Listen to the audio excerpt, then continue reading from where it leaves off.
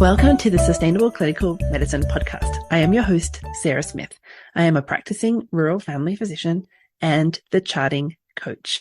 This is the podcast for physicians and advanced practice providers who are ready to step back from the busyness of their clinical day to share ideas, question everything, and redesign their clinical day.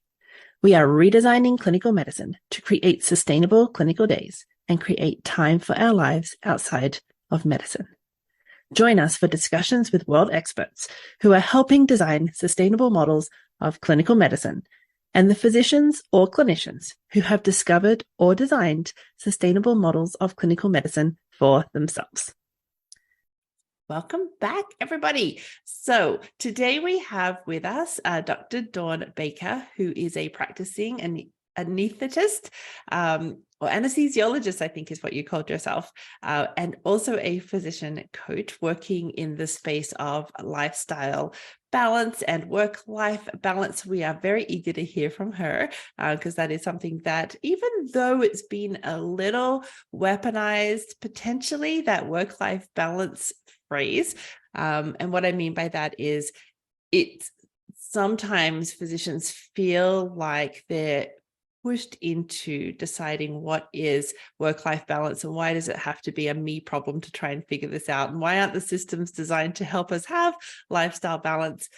But we'll find out all about that type of thing with Dawn today. So Dawn, welcome, and let's have you introduce yourself. Yeah, thanks, Sarah. I'm really happy to be here. So I am Dawn Baker. I am an anesthesiologist practicing in both Utah and Nevada, US, and I work very part-time at this point on a per diem basis. And the non-clinical stuff that I do is writing, speaking, and one-on-one coaching on lifestyle design and work-life balance optimization. I am a wife, a mom to one 7-year-old child, and I actually live in multiple different places. I sometimes am living in Nevada right now, and sometimes I'm living off-grid in the middle of the mountains rurally as someone who owns a 80-acre property. So I've got a lot of different interests and things going on in my life that I really like.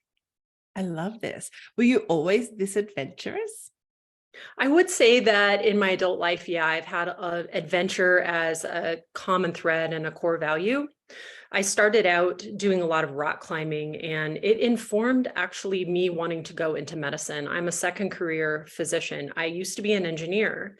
And when I started experiencing slow travel and meeting and networking with people through rock climbing, all different types of people, I realized that I was doing something that was really niche oriented, and I wanted to open up to do something service oriented that I could do anywhere in the world, kind of on my terms, on my schedule, live anywhere and not be, oh, well, you're doing petrochemicals, so you have to live in Texas kind of thing.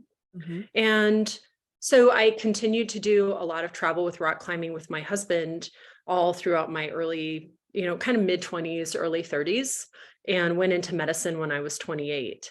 So there was a little bit of a pause in the adventure there, you can imagine. Yeah. And then I'm back to doing adventures that look a little bit different than they used to, but yeah, it's kind of been a common thread. Yeah, wow, that's really interesting.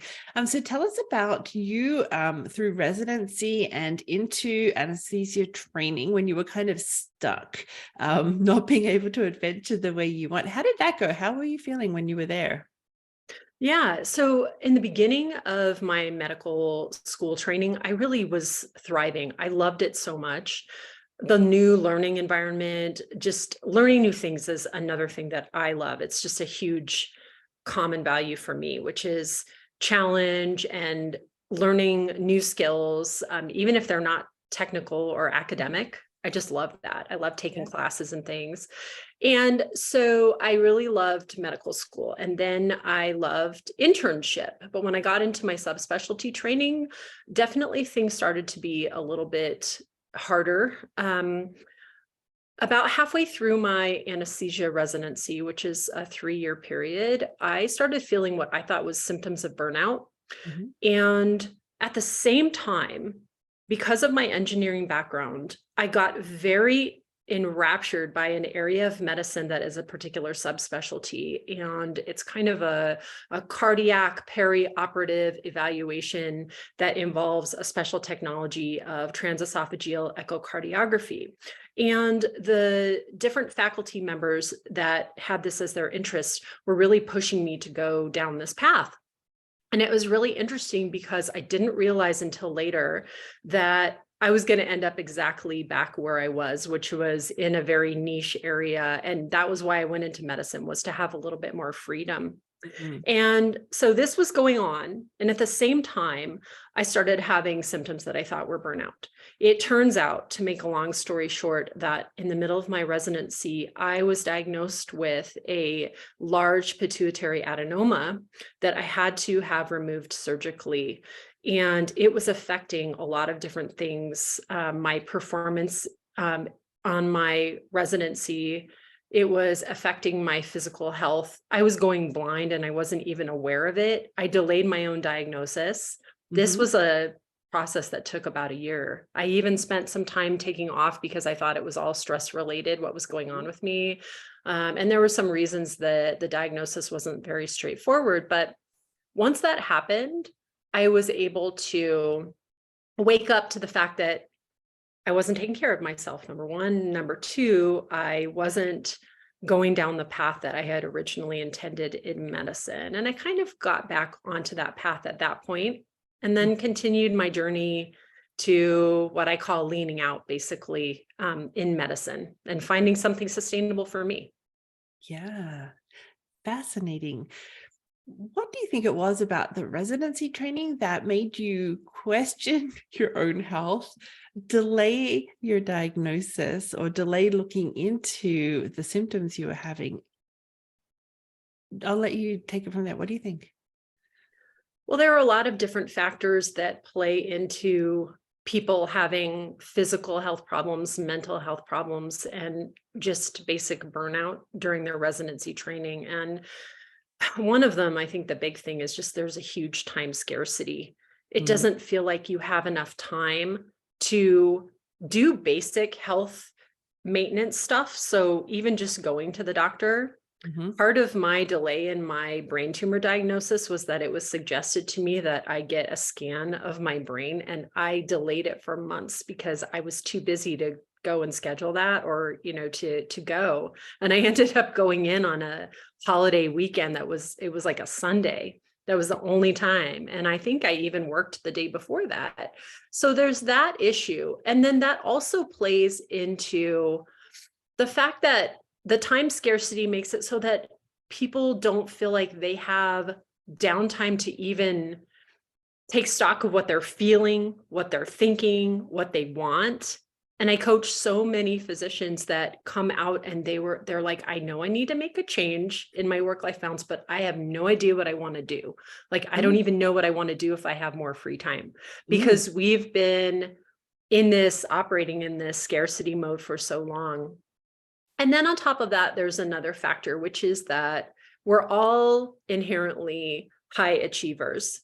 And we go into medicine knowing that about ourselves, knowing that we want to achieve. And achievement is a great thing. I mean, it really gives us a sense of purpose and makes us feel valued, and gives a sense of accomplishment. But you can kind of get stuck on this, what I call a hedonic treadmill of achievement, where you achieve and then you're told that you're doing a good thing, you get good feedback, but a lot of times the reward is more responsibility and more work. yeah. And you have this going on in residency, and then it continues into when you're in attending. And it's very difficult to kind of step off that, and you keep accumulating more roles and more work. Mhm. And at some point that becomes not sustainable for a lot of people. Yeah, absolutely. Um, when they suggested to you that you needed a brain scan, was there any part of you that was offended by that suggestion? I don't remember a feeling offended, because really the situation I was looking at was like, what is going on with me? I don't really know why I'm experiencing some of these strange symptoms. I Mm, had just difficulty focusing. I had a depression that was like a strange depression. For one thing, I had never really experienced depression, and it wasn't something that ran in my family. I had never been on any kind of medications for it. And all of a sudden, I found myself on 2 medications to try to get myself motivated to go out and live my day. It was like a kind of depression where you didn't feel like getting up and you didn't feel like doing anything that you normally loved. It was just really kind of an anhedonic existence. And I really just wanted answers.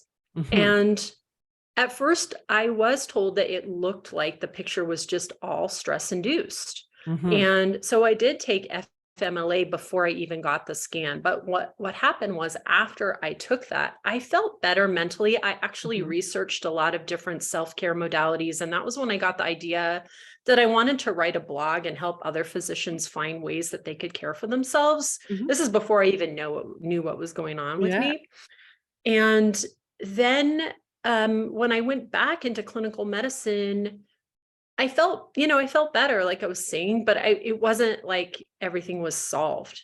So there was like a missing piece still there. And I realized that. And I saw one of my personal physicians offhand one day when I was preparing for a surgery. And he was like, "How are you? I haven't seen you in a little while," because I didn't follow up regularly with that person. It was a reproductive endocrinologist. And I had kind of a whole infertility workup that was going into all of this stuff that was happening to me.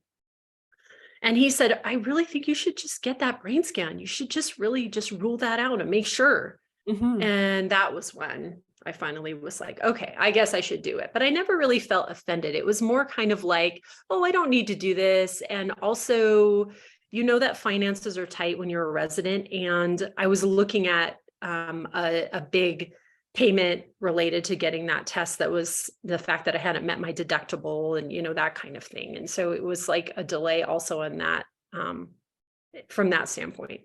Wow, yeah. Even just thinking about the cost of the test, and even as a resident, not being able to afford easily the healthcare that you need. Wow, fascinating, right? All right.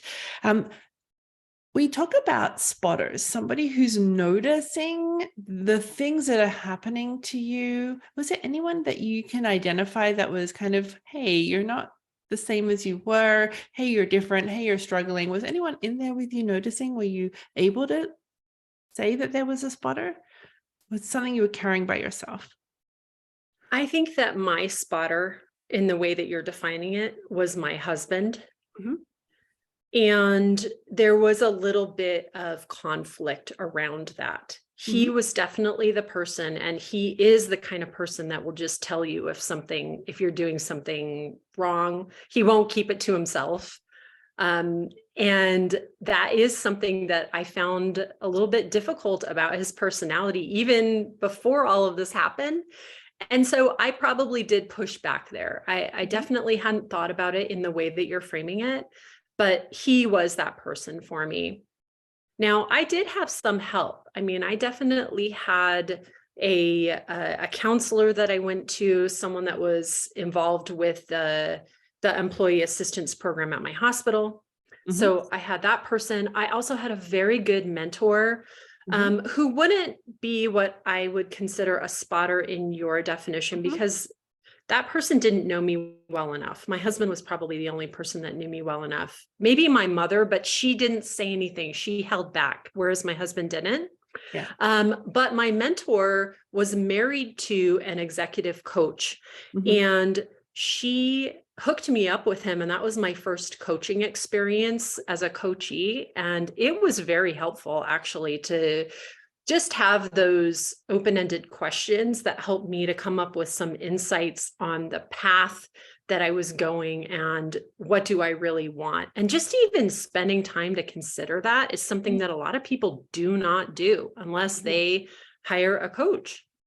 Yeah, let's say pause and have somebody to kind of prompt them, right? Because of that time scarcity piece that you're talking about. Yeah. Okay.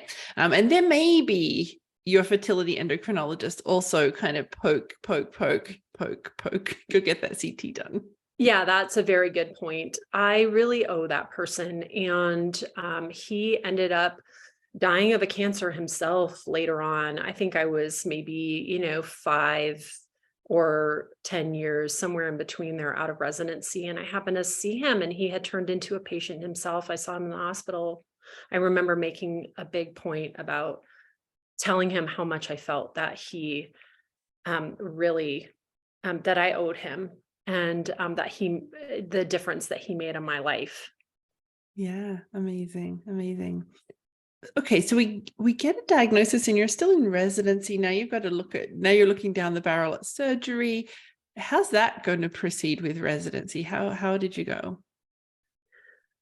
At first, it was just such a fast thing. I think I didn't really grasp the idea that, okay, I'm going to have surgery in front of all my colleagues. But it happened. It was kind of like, we have got to get this out now. It Mhm. became something where when you get a cancer diagnosis, all of a sudden there's this urgency that wasn't there before. It's very interesting.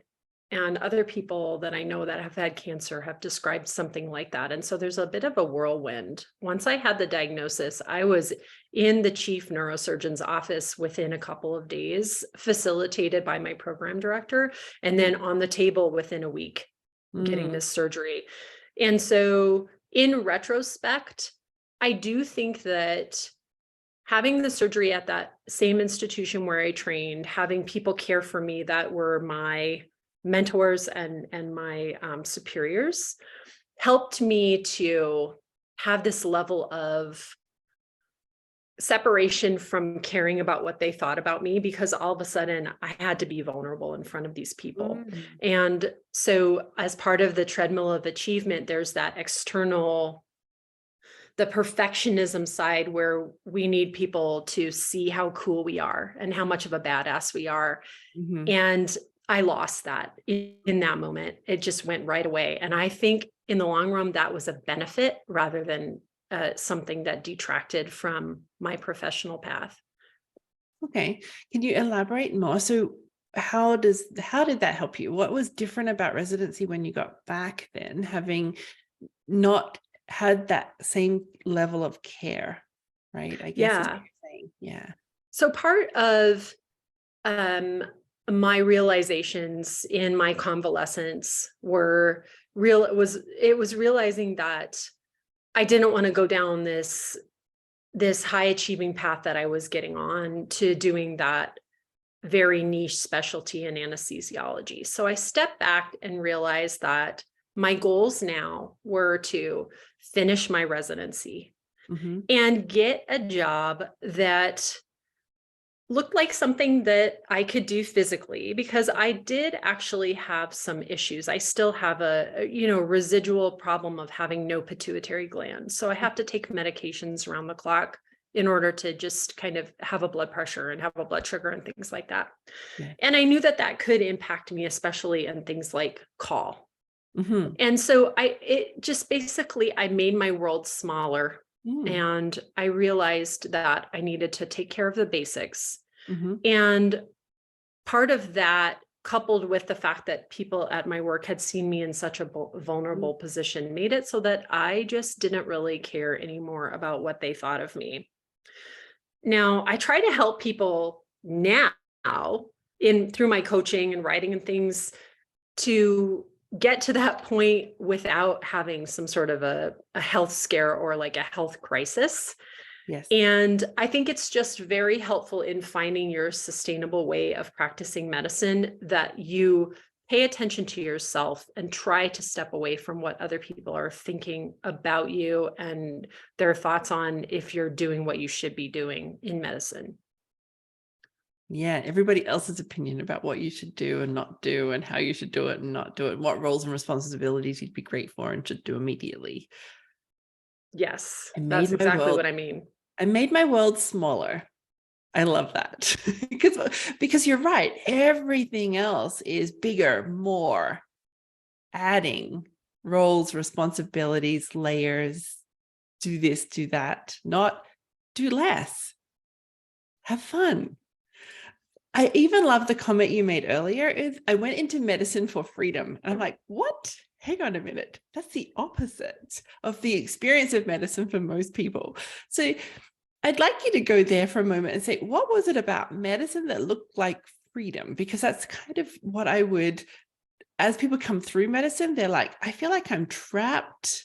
There's like a big long tunnel. I can't get off, like that revolving treadmill that just never ends. It's got this unlimited battery, right? Of more. But you said, I went into medicine for freedom. Okay, tell us that journey. Tell us that story. What was your brain thinking about medicine before you started?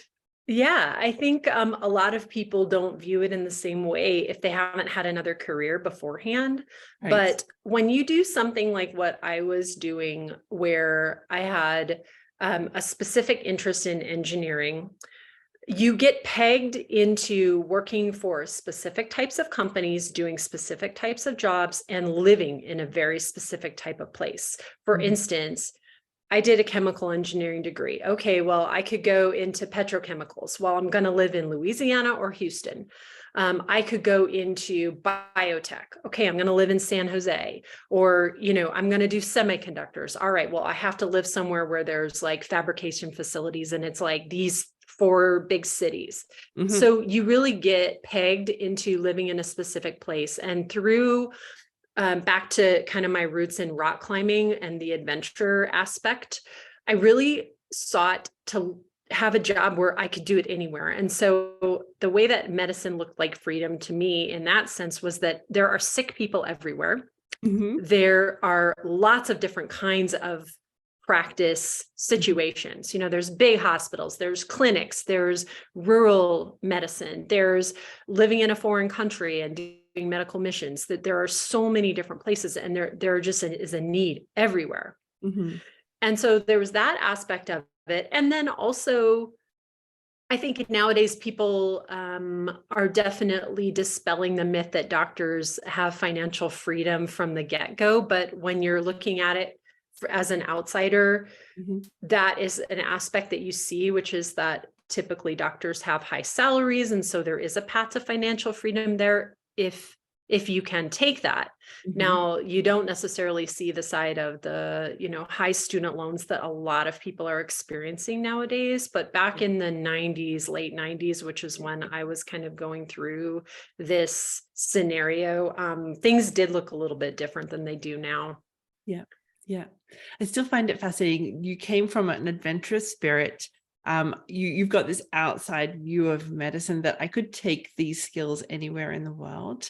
I also have a bit of an adventure spirit, and I did that with family medicine, right? And like, hey, I can sell everything and go work in rural emergency departments or go do family medicine locums as we travel around Australia with our kids. I can go to Canada instead of Australia. Like, I have that. We can just up and go. But many physicians listening will have that experience of trapped still. I'm an anesthetist. I have to work in a hospital that has, and so they get plugged into salaried position as an anesthetist on the roster, doing the call. And you're like, that's not what I signed up for. Yeah. So I work with people in my coaching capacity where they have this situation too, where they feel trapped and they want to make a change, but they don't exactly know which way to turn. And it's common. So that's the first thing, is to acknowledge that and help them normalize that, not feel like that they're alone. And that's also why I write, is because that's a really kind of like a low barrier, low cost way for people to understand that. I'm starting a podcast as well. And so it's like people can hear other people going through this journey and say, oh, I'm not alone. I'm not the only one that has experienced this. And then after that, it's opening the mind up to realizing that there are possibilities there that aren't an all or nothing solution, where you have to stay exactly in what you're doing. You have to be doing things to the highest nth degree of achievement, or you have to completely leave medicine and you've got to do one of these paths, and it's got to be real estate, or it's got to be, utilization management or this or that. There's kind of these, non-clinical areas that are really popular right now. You don't necessarily have to do that. There are ways to kind of carve out your own path. And so that is what I have been really focusing on in the last few years and what I recently wrote a book about. Mm-hmm. Oh, I love this. So I remember that experience when I was feeling that trapped and burnt out and having this constant experience of not being done in medicine and then looking for solutions. I was looking within the coaching space then, and the only physician coaches right then were helping me leave medicine. I'm like, I'm not ready to leave. I can't do anything else. What would I do instead? I'm a sole income earner. No, I have to stay and figure it out, which was kind of the path that took me where I went. But now on the other side of that, I'm seeing the amazing possibilities for physicians who can either redesign their clinical day, or if they're moving into a new area, it doesn't have to be completely ignoring their medical training. So many options, so innovative. So tell us about the book. So you've gone and written the book. You said you'd done some already self-care exploration as you were coming into the diagnosis. So tell us about your journey. What were you looking at? What kind of helped you? What were the self-help things that you discovered? Okay. I think a lot of what I realized has a common theme of increasing self-knowledge, learning about yourself. And that requires having a little bit of space. And a lot of times, because doctors have this time scarcity, we have to carve out that space. We have to be deliberate about spending some time by ourselves.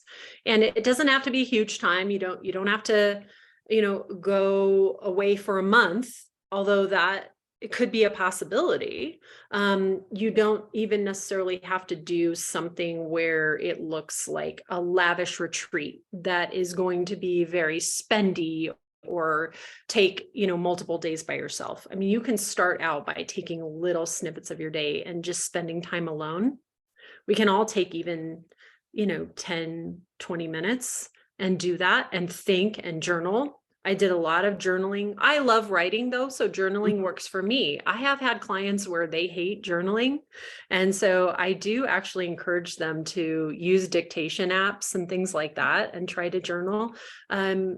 It's really the process of spending time with yourself. And sometimes it's just not even thinking too much. It's having that downtime where you're not scrolling, not looking at things on the internet, not listening to anything, but just really having downtime. So a good way to kill two birds with one stone is to even just you need some exercise. Everyone needs a little bit of movement. So take a walk and have that be a walking meditation where you're not listening to anything or doing anything else, and you're by yourself. So that would be one example. That's something that worked for me, and the journaling worked for me, but experimenting with different self-care modalities is something that each of us need to do, because what I really learned is that we're all different.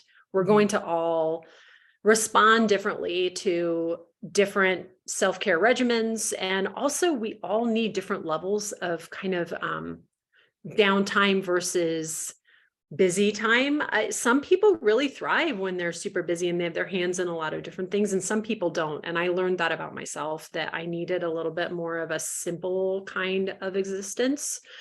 And I don't think necessarily that everybody needs that, but spending a little bit of time to figure that out about yourself is quite important. Love it. And the book, what is your book, and what do you go through in that book?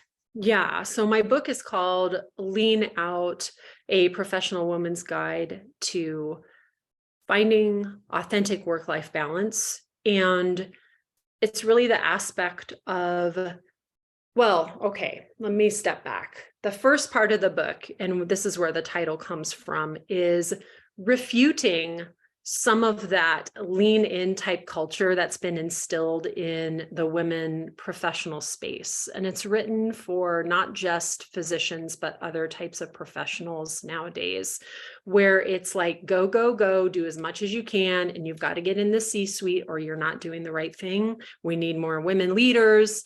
And so I refute that throughout the book, and then also mention that there are costs to that. There's mental health costs, physical health costs. And I, to my knowledge, am one of the only people that really address in my book or anywhere the aspect of infertility, because I experienced that as part of my cancer journey, was that I had permanent infertility from having my pituitary gland removed. And so I wasn't able to easily start the family that I had dreamed about.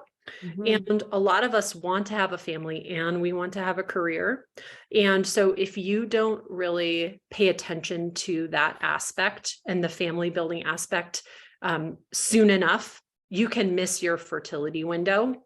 And if you aren't taking care of yourself, you can cause physical problems that are related to that. So there's that aspect. And then I shift in the book to talking about ways that you can take this journey yourself, that you can lean out from the fray and find a sustainable practice in whatever your profession is. And so I have different steps. I have like talking about the treadmill of achievement and recognizing where you are on that, being honest with yourself, addressing your shoulds and your rules and the rules that you're following and thought traps that aren't necessarily true that you're living by. They have like these certain rules like, well, my career has to look like this. And if it doesn't look like this, I'm not doing it correctly. Mm-hmm. And then spending time cultivating deep self-knowledge. So figuring out who you really are and talking a little bit about what it is to be human, what it is to be a person in this world and not just defined by your accomplishments. Yeah. And then that aspect of defining success and going away from what the lean in vision of success is like and defining it for yourself. And then I talk a little bit more about practical things that you can do, which is practicing doing something challenging, even something that will cultivate self-knowledge. So like learning something new, spending time by yourself, cultivating a mindfulness practice. Those are things that not only benefit you in learning about yourself and caring about yourself, but they also help to train you to become more courageous, have more confidence, so that when an opportunity presents itself for you to move away from the fray, you can take it and not be scared. Mm-hmm. And then the last aspect of the book is really talking about giving yourself permission. And I have a lot of examples in the book, and I interview multiple women professionals, and then I give examples from my coaching practice as well. So that's mainly what I'm talking about in this book. Love it. All right. So when we were describing the letting go of other people's opinions of you and what letting go of the invitation to do more and take on more responsibility, I think that the saying no is a big challenge, because if I say no to this, I might never get this opportunity again, or I might be, thought of differently and then it dropped and ignored, or not appreciated or liked anymore. How do we start to give those practical skills to people when they haven't, like you said, gone through a disaster? We don't want anybody to have to go through, something so challenging in order to get these skills, or kind of, I think, your later years where you start thinking, if I don't do this now, I'm never going to have any time for myself at all. Like that could come out of just that experience. So how do you start to do that with your, with physicians? Yeah. Well, I think that it is very difficult, and then acknowledging that with people, again, like helping to normalize the idea that this is common, is where I start with people. And then I also have, even in my book, and I talk about this with people when I coach with them, having kind of a repertoire of ways that you can say no is important, especially for someone who is a pleaser, like I am as well, and a lot of us are, to kind of have these rote things that you can say. And the main one that I use, and it's like a lot of riffs on this idea, is just a delay of answering. So there's a whole section in my book about different ways that you can say no. So that's like a nitty-gritty thing that you can do. But stepping back and the 30,000-foot view is really, again, spending time with yourself to realize what your values are, which then inform your priorities, which then becomes a why. It becomes like, I really want this in my life, because no one on their deathbed is saying like, I wish I had worked more. I wish I had gone for that like leadership position, that executive position, or, practice management or something like that, if that isn't really what you want to do. But a lot of people they don't even really know what they want to do. So they have to spend that time figuring out about themselves. And then that becomes a why for saying no to things. So it's like an aspect of kind of having a practical skill, but also having this kind of like overarching why to what they're doing. Yeah. One of my favorite questions that I get asked is, what do I do with myself now? I've created all this free time in my clinical day because I'm getting my work done. Now I'm going home and I've got zero other skills. I've got zero interest in hobbies other than turning on the television. I don't know what to do with a weekend because I've not had one before. Like it's my favorite question, because we then start to look at, well, what do you want to do? What do you like? Where would you like to spend your time? Yes, you could just whittle away your evenings guilt-free, but at the same time, there might be something that you would be delighted to do or interested in doing. How do you do that with your people when they finally can believe you and uncouple themselves from the busyness of their clinical lives and start to want to look outwards and say, what else could I do? What else could be fun? What else would interest me? What else could I say is a priority in my life, not just this treadmill of woe? Yeah, first of all, I've had the same experience with clients, which is that once they take a step down or back or whatever, they shed one or two roles, or go down to part-time or something like that, then they're like, I have no idea. Or they're kind of like, they don't want to do it because they're not sure what they're going to do with their free time. They're like scared of the idea of the free time. Yeah.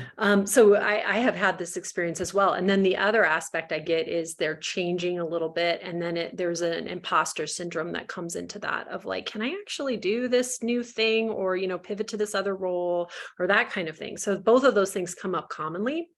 And again, I hate to sound like a broken record, but I encourage people to try to spend alone time and think about what things that they used to dream about when they were younger, things that they always wanted to do, try to remember back. You have to spend some time to think back, like to the number of years before medical school, maybe, or it's partially in medical school. So that could be like, 6 to 8 years ago or something. And think about when you were a young adult, like what were things that were on your goal list? What were things that you were interested in? What did you do? And then abstracting that. So maybe, for instance, someone played a certain sport, and now that they're maybe in their mid 30s, they're not going to necessarily go play that sport, but take what aspects of it that you really liked. What part of that sport was it that you liked? Was it the team aspect, or was it the certain physical movement of it? And then find something else that kind of fits that bill that works with your life now. Maybe it's taking an exercise class. Maybe it's joining a certain kind of a group, like if it's the aspect of the community, then maybe you can join a walking group, or just, I'm giving some examples, but just kind of abstracting those specific things that you used to do or be interested, to try to open up the possibilities that work with now, with like your situation. And maybe you have multiple kids, and so the timing of doing, say, like a whole day of skiing, maybe it was like skiing. I had a client that really used to love skiing, but now they're like, well, to go skiing, it's like a 3-hour drive and blah, blah, blah. And so I challenged her to figure out what it was about the skiing that she really liked, and then try to recreate that some other way that maybe like involves her young kids or something. Love it. So I think that what I'm hearing is we may not know our actual true passions and joy and interests and loves yet, and it's okay. We get to discover that and let that process itself be even part of the journey, right? Part of the fun of what is it that I like? What do I want to try? And try a few things and see what matches with you. Permission to start looking for things that interest you, and you're like, yeah, this is Yeah, amazing. and Yeah. the idea of the experiments Mm-hmm. is just great. Just not feeling like that you're stuck to do Mm-hmm. something. Just try something, take a class, or explore a particular interest. But if it doesn't work out, it's okay. Like you said, you can try something new. Yeah, I see a lot of chatter in groups and things, um, physicians and even healthcare professionals saying things like, I don't know how to make friends. I don't know where to find friends. I don't know how to start the process of a new sport, or even where I'll find the time.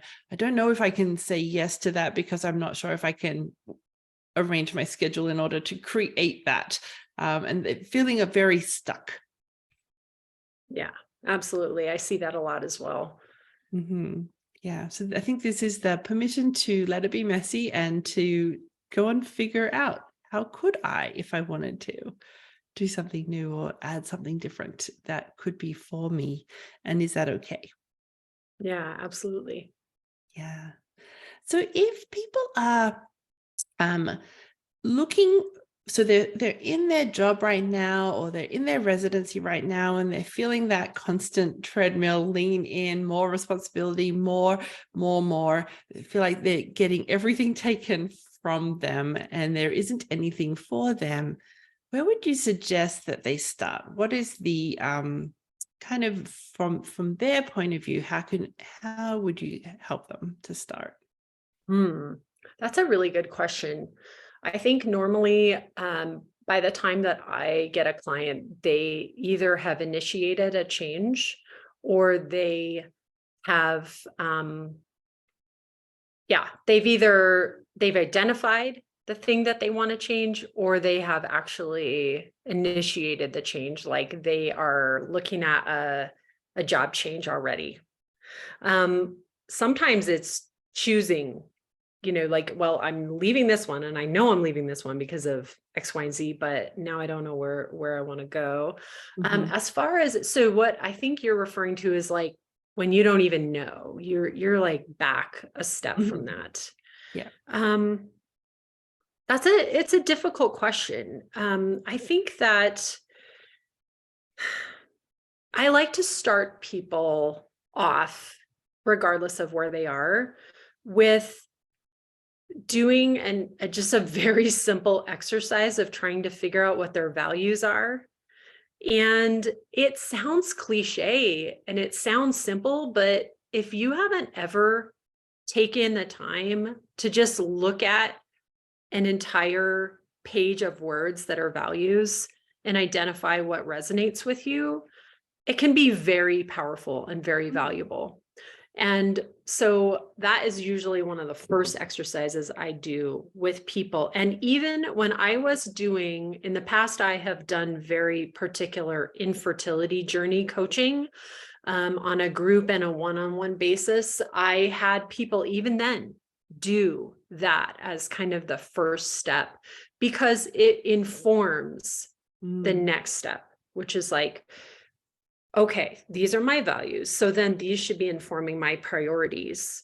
What am I doing that doesn't fit in with this? What am I doing? Sometimes you already know, like there's something I'm doing that doesn't feel good or sustainable. Like, for instance, you have this particular role that's like an administrative role in your job that's separate from like seeing patients, or you're doing research and you're like, I really don't like doing research, but I'm at an academic facility and I am supposed to do research in order to advance, or something like that. Okay. So you can identify those items. Now, sometimes people already have an inkling of the thing that sucks for them. Or, for example, I had a client recently where her commute was the thing that was really doing it in. It was like, I realized that I have to drive 2 hours a day to do this job, and that is not something that's sustainable. Mm. But maybe you're not even at that point where you realize that that is soul sucking, energy sucking thing, until you go through your values and you're like, okay, one of my values is family, and I'm not spending any time with my family. You do like a time, just an assessment of your time, and you realize that you're seeing your kids like for half an hour a day or something like that. Yeah. That time scarcity that you mentioned, that is a common experience for probably all of us. Yeah. Love it. Okay. So there's your first step, everybody. Where can we find you, Dawn? If we want to learn more, if we want to work with you, what are the things, where would we go? I have pretty much everything on my website. So if you go to practicebalance.com, that's the name of my company. Everything is there. You can contact me. You can schedule a coaching consultation. You can read 10 years worth of blog posts that I've written about my journey, about self-care, about specific things, about medicine. And then I also have a link to purchase my book, Lean Out. I have a link to my new podcast, which showcases women physicians and other professionals that are doing things that are different than the norm in their specialties or their fields of work. Basically, it's all there. So practicebalance.com. And then the most common social media platform that I use is Instagram, because I love photographs and taking photos and images and things like that. So I'm Practice Balance on Instagram as well. Okay. So I have a question about work-life balance. How would we know that we've achieved it? So what does work-life balance to you feel like when you're defining that for your clients or for others? That's a great question. A lot of people think that work-life balance is a term that should not be used. They change it to something else. They hate the term balance. Balance gets a bad rep, basically. Yeah. And I still like the term and I still use it, obviously. And the reason is, I think, because in the definition, it's how you define it. First of all, knowing that balance is very individual and that's going to look different for everybody. Second of all, noticing or knowing that it is something that is not necessarily achieved. I named my company Practice Balance because it's a practice, kind of like if you think about yoga, it's not something you're ever going to get perfectly. It's something that you're always working towards. Even medicine, they call it the practice of medicine, because you're never a complete expert that knows every single thing. And so I look at balance in that way. And then getting down to how to define it, I like to use an analogy of an orchestra or a musical ensemble. And the different instruments in the ensemble are different roles in your life. So you might be a mom or a parent, you're a child to an aging parent, you are a sister or a brother, or you're a physician, you are an athlete, you are a musician, you have all these different things that you're interested in and things that you do in your life. And in that musical ensemble, not everybody is playing at the same time. Like, not every instrument is playing at the same time, at least for the whole piece, right? There are times in a symphony orchestra where every single instrument is playing. There's like cymbals crashing in the background and the violins are like doing their thing and everybody is playing. But then there are times where certain instruments are resting, or they're just playing a very like small background bass line or something like that. And so that is how I look at balance, is that sometimes certain roles are going to come to the forefront and other ones are going to be either completely resting or they're going to be in the background, and just accepting that's okay and that's normal, and that it's a continuous thing that we're working on. It's not something that you necessarily achieve. Love it. Okay, perfect. So there we go. It's not the being perfect at everything all at once and everything is perfectly done. It is sometimes you're resting in this role or that role, and sometimes you're just putting it down, giving it to somebody else. Good. Love it. Thank you so much for being here. Is there anything we didn't cover that you would like to talk about before we end? Or parting word? I don't think so. I think that my main takeaways from my experience and my message really all are rooted in developing self-knowledge and paying attention to yourself. And a lot of us haven't been doing that for a long time. We've been putting patients first. We've been putting maybe children first or other family members first. And a lot of the steps that are needed to finding a sustainable clinical practice are rooted within you and looking at yourself and spending that time. Love it. There we go. Thank you so much for being with us today, and have a great week, everybody. Thank you. Thank you for being part of the Sustainable Clinical Medicine podcast. If you'd like to learn more or join us to help you get home with today's work done, go to chartingcoach.ca.